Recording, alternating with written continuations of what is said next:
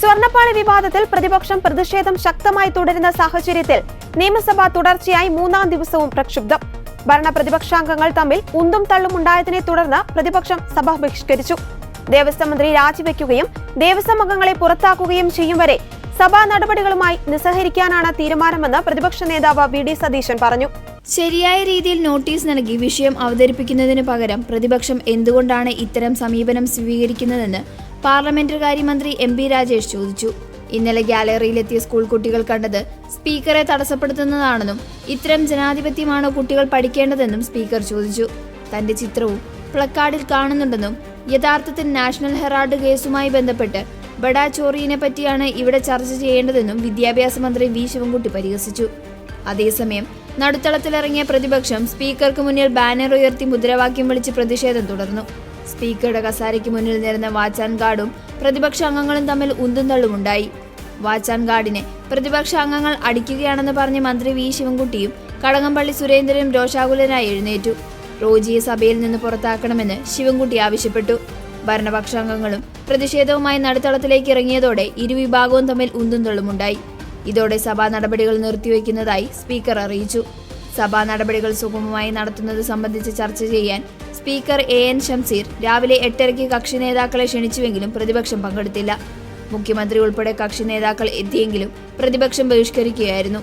ഒരു തരത്തിലുള്ള സമവായത്തിനും പ്രതിപക്ഷം തയ്യാറല്ല എന്നുള്ളതിന്റെ തെളിവാണിതെന്ന് മുഖ്യമന്ത്രി പറഞ്ഞു. പ്രതിപക്ഷം ഉന്നയിക്കുന്ന ഏതു പ്രശ്നത്തിനും മറുപടി പറയാൻ തയ്യാറാണ്. പക്ഷെ അവർക്ക് വസ്തുതകളെ ഭയമാണ്. വല്ലാത്ത പുകമറ സൃഷ്ടിക്കാനുള്ള ശ്രമമാണ് നടക്കുന്നത്. എന്നാൽ അതിനെയൊന്നും ഞങ്ങൾ ഭയപ്പെടുന്നില്ല. തെറ്റ് ചെയ്യുന്നവർക്കെതിരെ മുഖം നോക്കാതെ നടപടിയെടുക്കുന്ന ശീലമാണ് സർക്കാരിനുള്ളത്. ഹൈക്കോടതിയിലും അതേ നിലപാടാണ് സ്വീകരിച്ചത്. ശബരിമല വിവാദത്തിൽ ഹൈക്കോടതി അന്വേഷണം പ്രഖ്യാപിച്ചിട്ടുണ്ട്. അത് കുറ്റമറ്റ രീതിയിൽ നടക്കും. ഒരു കുറ്റവാളിയും രക്ഷപ്പെടില്ല. എന്നാൽ CBI അന്വേഷിക്കണമെന്നാണ് പ്രതിപക്ഷം ആവശ്യപ്പെടുന്നത്. വനിതാ വാച്ച് ആൻഡ് വാർഡ് അംഗങ്ങളെ ഉൾപ്പെടെ പ്രതിപക്ഷാംഗങ്ങൾ ആക്രമിക്കുന്ന അവസ്ഥയാണെന്നും അപമാനകരമാണെന്നും മുഖ്യമന്ത്രി പറഞ്ഞു. പാർലമെന്ററി മര്യാദകൾ പാലിക്കുന്നത് ദൗർബല്യമായി കണ്ടാണ് പ്രതിപക്ഷം അവസരങ്ങൾ ഉപയോഗിക്കുന്നതെന്നും മുഖ്യമന്ത്രി പറഞ്ഞു. അതിനിടെ വാച്ച് ആൻഡ് വാർഡുമായി ഉന്തും തള്ളുമുണ്ടാക്കിയ പ്രതിപക്ഷ MLA-യുടെ ഉയരക്കുറവിനെ മുഖ്യമന്ത്രി പരിഹസിച്ചു. മാത്യു കുഴൽനാടൻ MLA-യും മുഖ്യമന്ത്രി പരിഹസിച്ചു. കഴിഞ്ഞ ദിവസം സുപ്രീം കോടതിയിൽ തിരിച്ചടി നേരിട്ട പ്രതിപക്ഷ MLA എന്നാണ് മാത്യു കുഴൽനാടനെ ഉദ്ദേശിച്ച് മുഖ്യമന്ത്രി പറഞ്ഞത്. ഡയസിലേക്ക് ഓടിക്കയറാൻ വേണ്ടി ഈ MLA തയ്യാറായി നിൽക്കുകയായിരുന്നുവെന്നും മുഖ്യമന്ത്രി പറഞ്ഞു. 2 ദിവസമായി സഭാ നടപടികൾ തടസ്സപ്പെടുത്തുന്ന പ്രതിപക്ഷം ആ 2 ദിവസവും ഒരു തരത്തിലുള്ള പ്രകോപനവും ഭരണപക്ഷത്തിനുണ്ടായില്ല. മാത്രമല്ല, അങ്ങ് വലിയ തോതിൽ സഭ നടത്തിക്കൊണ്ടുപോകുന്നതിന് സഹായകരമായ നിലപാടാണ് സ്വീകരിച്ചത്. തുടർച്ചയായ അങ്ങയുടെ അഭ്യർത്ഥനയും അവർ സ്വീകരിക്കാൻ തയ്യാറായില്ല. സർ, ഏറ്റവും വലിയ പ്രത്യേകത ആ സീറ്റിൽ ഞങ്ങളാരും അങ്ങയുടെ മുഖം കാണാത്ത രീതിയിൽ മറച്ചു പിടിക്കുന്നതായിരുന്നു. അത് പ്രതിപക്ഷം ബോധപൂർവം ചെയ്തൊരു കാര്യമായിരുന്നു. ബോധപൂർവം അങ്ങയെ സഭയുടെ മുന്നിൽ നിന്ന് മറക്കുകയായിരുന്നു. സർ, ഇത് കേരളത്തിൽ ഇതിനു മുൻപ് ഈ രീതിയിൽ നടന്നിട്ടില്ല. മാത്രമല്ല, നമ്മുടെ രാജ്യത്ത് പലയിടങ്ങളിലായി പലതരത്തിലുള്ള പാർലമെൻ്ററി പ്രതിഷേധങ്ങൾ ഉയർന്നു വന്നിട്ടുണ്ട്. രാജ്യത്തെവിടെയെങ്കിലും ഇത്തരത്തിൽ ബഹുമാനപ്പെട്ട സ്പീക്കറെ പൂർണ്ണമായും സഭയുടെ ദൃശ്യത്തിൽ നിന്ന് മറച്ചു പിടിക്കുന്ന തരത്തിൽ ഒരു പ്രവർത്തനം ഏതെങ്കിലും പ്രതിപക്ഷം നടത്തിയതായി ഇതേവരെ കണ്ടിട്ടില്ല. സർ, പ്രതിഷേധത്തിൻ്റെ രൂപത്തിൽ പലപ്പോഴും പ്രകടിപ്പിക്കപ്പെടാറുണ്ട്.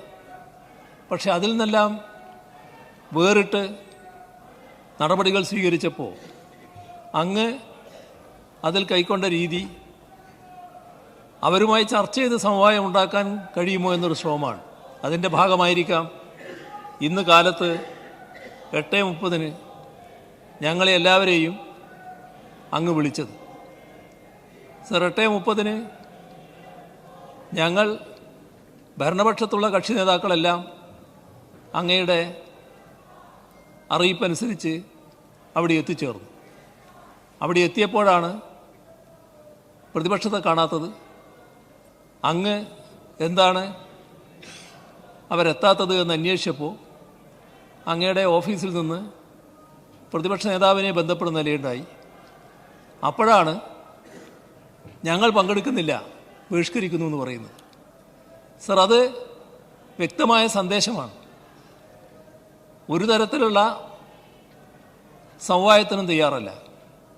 സർ, എന്താണ് ആവശ്യം? അതാണ് ഇവിടെ പ്രധാനം.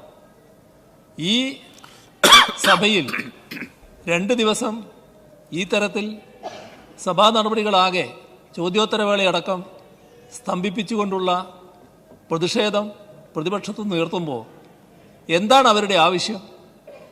സർ, പാർലമെൻ്ററി രീതി അനുസരിച്ച് ഏത് പ്രതിപക്ഷത്തിനും സഭയിൽ ആവശ്യങ്ങൾ ഉന്നയിക്കാം. സർ, അങ്ങ് പലവട്ടം ചോദിച്ചല്ലോ എന്താണ് നിങ്ങളുടെ ആവശ്യമെന്ന്. അവരിതേവരെ ഉന്നയിക്കാൻ തയ്യാറായോ? സർ, എന്താണ് അവർ ഭയപ്പെടുന്നത്? അവർ ഉന്നയിച്ചാൽ ഉന്നയിക്കുന്ന ഏത് പ്രശ്നത്തിനും വിശദീകരണം നൽകാൻ ഞങ്ങൾ തയ്യാറാണല്ലോ, ഞങ്ങൾ മറുപടി പറയാൻ തയ്യാറാണല്ലോ. എന്തിനാണ് അവർ ഭയപ്പെടുന്നത്? സർ, അവരെ ഇവിടെ ഉയർത്തിയ ചില ബാനറിൽ, ചില ബോർഡുകളിൽ കാണാൻ കഴിഞ്ഞു സഭയിൽ ഭയം. സർ, അത് സ്വയമേവ അവർക്കുള്ള ഭയമല്ലേ? ആ ഭയത്തിൻ്റെ ഭാഗമായിട്ടല്ലേ അവരിവിടെ ഒരു പ്രശ്നവും ഉന്നയിക്കാതിരുന്നത്? സർ, ഉന്നയിക്കാൻ പല മാർഗങ്ങളുണ്ടല്ലോ. ചോദ്യോത്തരവേളയിൽ ഉന്നയിക്കാം, അടിയന്തര പ്രമേയമാകാം, ശ്രദ്ധ ക്ഷണിക്കലാകാം, സബ്മിഷനാകാം. ഇതിനെല്ലാം പുറമെ പല ഘട്ടങ്ങളിലായി പ്രതിപക്ഷ നേതാവ് അദ്ദേഹത്തിൻ്റെ പ്രത്യേക അവകാശം ഉപയോഗിച്ചുകൊണ്ട് അങ്ങയുടെ അനുമതിയോടുകൂടി തന്നെ പല കാര്യങ്ങളും ഇവിടെ ഉന്നയിക്കാറുണ്ട്. അങ്ങനെയുള്ള പല മാർഗങ്ങളുണ്ടല്ലോ. ഇതിലേതെങ്കിലും ഒരു മാർഗം ഇതേവരെ സ്വീകരിക്കാൻ അവർ തയ്യാറായോ? എന്താ അത് കാണിക്കുന്നത്? അവർ ഭയപ്പെടുന്നു, വസ്തുതകളെ ഭയപ്പെടുന്നു. വസ്തുതകൾ അവർക്ക് വലിയ വിഷമകരമായ രീതിയിൽ ഉയർന്നു വരും. അത് ഭയപ്പെട്ടുകൊണ്ട് ഒന്നും സഭയിൽ ഉന്നയിക്കാൻ തയ്യാറല്ല.